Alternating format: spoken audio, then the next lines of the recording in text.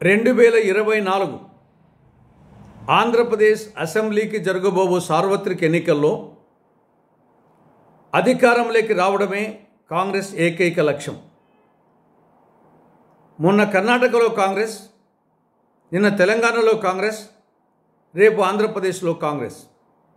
Why not Congress అనే నినాదం రాష్ట్ర వ్యాప్తంగా ప్రతిధ్వనిస్తుంది. ప్రస్తుతం రాష్ట్రంలో కాంగ్రెస్ పార్టీకి పూర్తి అనుకూలమైన వాతావరణం ఉంది. కర్ణాటక అసెంబ్లీ ఎన్నికల ఫలితం తెలంగాణ మీద పడింది. కర్ణాటక, తెలంగాణ ఈ రెండు రాష్ట్రాల అసెంబ్లీ ఎన్నికల ఫలితాలు ఆంధ్రప్రదేశ్ మీద ఒక పాజిటివ్, కాంగ్రెస్ పార్టీకి పాజిటివ్ అనుకూలమైనటువంటి వాతావరణం ఏర్పడింది. దీనికి తోడు రాష్ట్రంలో బీజేపీ అంటే బి అంటే బాబు, జే అంటే జగన్, పి అంటే పవన్.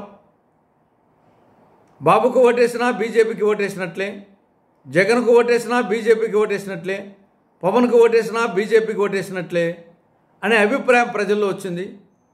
బీజేపీ చేతిలో ఈ మూడు పార్టీలు కీలు బొమ్మలు, కబాలీలు అనే వాతావరణం ఉంది.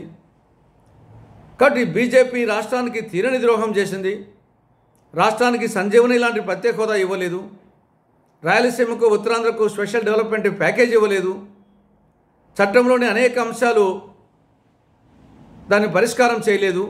కాబట్టి అటువంటి బీజేపీ చేతిలో ఈ మూడు పార్టీలు కీలుబొమ్మలు అనే వాతావరణం, అభిప్రాయం ప్రజల్లో ఉంది. కాంగ్రెస్ పార్టీ అధికారంలోకి వస్తేనే రాష్ట్రానికి ప్రత్యేక హోదా వస్తుంది, రాయలసీమకు, ఉత్తరాంధ్రకు స్పెషల్ డెవలప్మెంట్ ప్యాకేజీ వస్తుంది. విభజన చట్టంలోని అంశాలు, కడప జిల్లాలో శైల ఆధ్వర్యంలో స్టీల్ ప్లాంట్ కానీ, దుగరాజపట్నం ఓడరేవు కానీ, పోలవరం పూర్తి చేయడం కానీ, Visakha metro, Vijayawada metro, Visakha railway zone ఇవన్నీ కూడా కాంగ్రెస్ వస్తేనే సాధ్యమవుతాయి అనే అభిప్రాయం ప్రజల్లో వచ్చింది.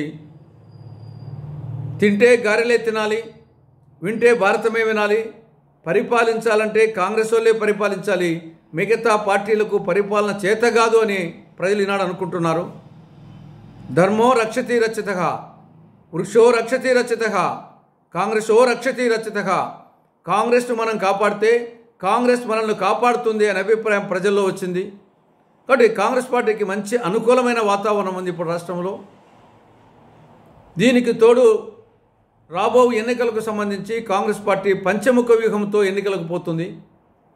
ఒకటి, కేంద్ర ప్రభుత్వ వైఫల్యాలను క్షేత్రస్థాయిలో చెప్పడం. రెండవది, రాష్ట్ర ప్రభుత్వ వైఫల్యాలను క్షేత్రస్థాయిలో చెప్పడం.